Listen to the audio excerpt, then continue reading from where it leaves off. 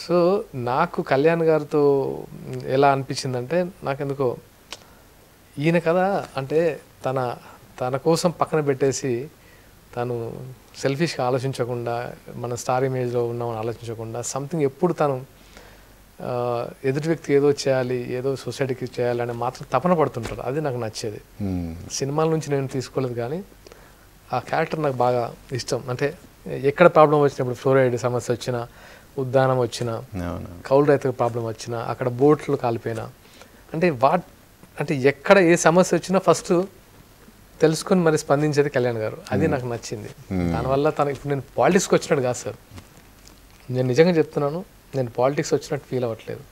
అంటే అంటే అంత మెచ్యూర్డ్ వచ్చిందో లేదో నాకు పక్కన పెడితే ఐ వాంట్ టు నో, చాలా తెలుసుకోవాలి. కాకపోతే ఏంటంటే ఇలాంటి మంచి మనిషి గవర్నమెంట్లో ఉంటే చాలామందికి హెల్ప్ అవుతుందనే ఒకే ఒక ఆశ. ఓకే, అంతకుమించి నేను ఎక్కువ ఎక్స్పెక్ట్ చేయడం లేదు. అంటే పవన్ అభిమానించే చాలామంది ఆయన వ్యక్తిత్వాన్ని ఇష్టపడ్డ వాళ్ళే యాక్చువల్గా. సో ఇప్పుడు ప్రజెంట్ రాజకీయాలకు వస్తే ఆల్రెడీ ప్రచారానికి వెళ్ళొచ్చు. అసలు ఎలా ఉంది గ్రౌండ్లో, ఎలా ఉంది గ్రౌండ్ అంటే సార్, కళ్యాణ్ గారు పిఠాపురం నుంచి కంటెస్ట్ చేస్తున్నారు సార్. పిఠాపురం ప్రజలకు తెలుసు. పిఠాపురం ప్రజల ఇప్పుడు నేను క్యాంపెయిన్కి వెళ్ళినప్పుడే చాలామంది వచ్చారు. చేనేత వాళ్ళు వచ్చారు, వీవర్స్ వచ్చారు అక్కడికి, మత్స్యకారుల ఫిషర్మెన్స్ వచ్చారు, అంటే ఇంకొక డిఫరెంట్ పీపుల్ అందరూ వచ్చి వాళ్ళ ప్రాబ్లమ్స్ చెప్తున్నారు. అది ఆల్రెడీ కళ్యాణ్ గారు వీళ్ళకి ప్రాబ్లమ్స్ ఉన్నాయని ముందుగానే గ్రహించి వాళ్ళకు ఒక హామీ ఇచ్చారు. ఈ ఫిషర్మెన్స్ ప్రాబ్లం, వాళ్ళు వేటకి వెళ్తారు, వాళ్ళ ఇంట్లో వాళ్ళ కుటుంబము మార్నింగ్ వెళ్తే ఎప్పుడు వస్తాడా రాడా అనేది ఎంత టెన్షన్ ఉంటుందో మీకు తెలుసు. ఆ భయం ఎలా ఉంటుందంటే, మా ఫాదర్ కోల్ మైన్స్, నేను మత్స్యకారులు వచ్చి ఈ సమస్య చెప్తున్నప్పుడు నేను నాగబాబు గారు పక్కన కూర్చొని వింటున్నా, అంతా వింటుంటే నేను ఇలా కనెక్ట్ అయ్యాను. మా ఫాదర్ కోల్ మైన్స్, గనుల్లోకి వెళ్ళి ఈవినింగ్ రావాలి, అండర్ గ్రౌండ్లోకి వెళ్ళాలి 5 kilometers. ఒకసారి నేను అంటే మా ఫాదర్ ఎందుకు తీసుకెళ్లారు కానీ తీసుకెళ్లారు, నన్ను కూడా తీసుకెళ్లారు. At the age of 8th class 9th class 10th class maybe తీసుకెళ్ళినప్పుడు ఫస్ట్ టైం అది చూస్తే తప్ప ఆ పెయిన్ అర్థం కాదు నాకు.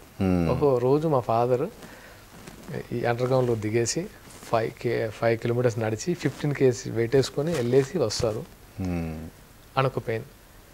మాది సింగరేణి క్వార్టర్స్. మేము స్కూల్ నుంచి వచ్చేసరికి ఆ క్వార్టర్స్లో ఎవరో ఒకరు మైండ్లో యాక్సిడెంట్ అయ్యి చనిపోయి కనబడేవాళ్ళు. ఒక గుంపులో ఒక గుంపు కనబడేది, ఆర్తనాదాలను వినపడేవి. ఏమైందంటే మైండ్లో యాక్సిడెంట్ అయింది.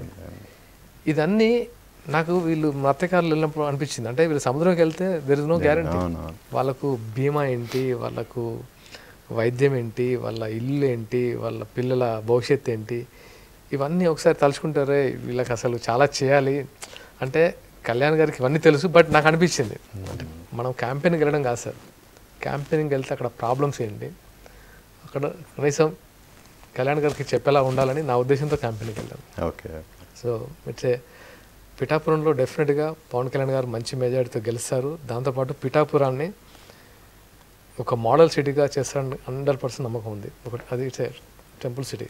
ఓకే, సో అది చాలా అంటే ఆయనకు ఉంది, అది ఒక దక్షిణ కాశీగా చేయాలని ప్రపోజల్ ఉంది. డెఫినెట్గా చేస్తారు సార్, అక్కడ డౌట్ లేదు సార్. ఆయన కష్టపడి సంపాదించింది నేను చెప్తాను.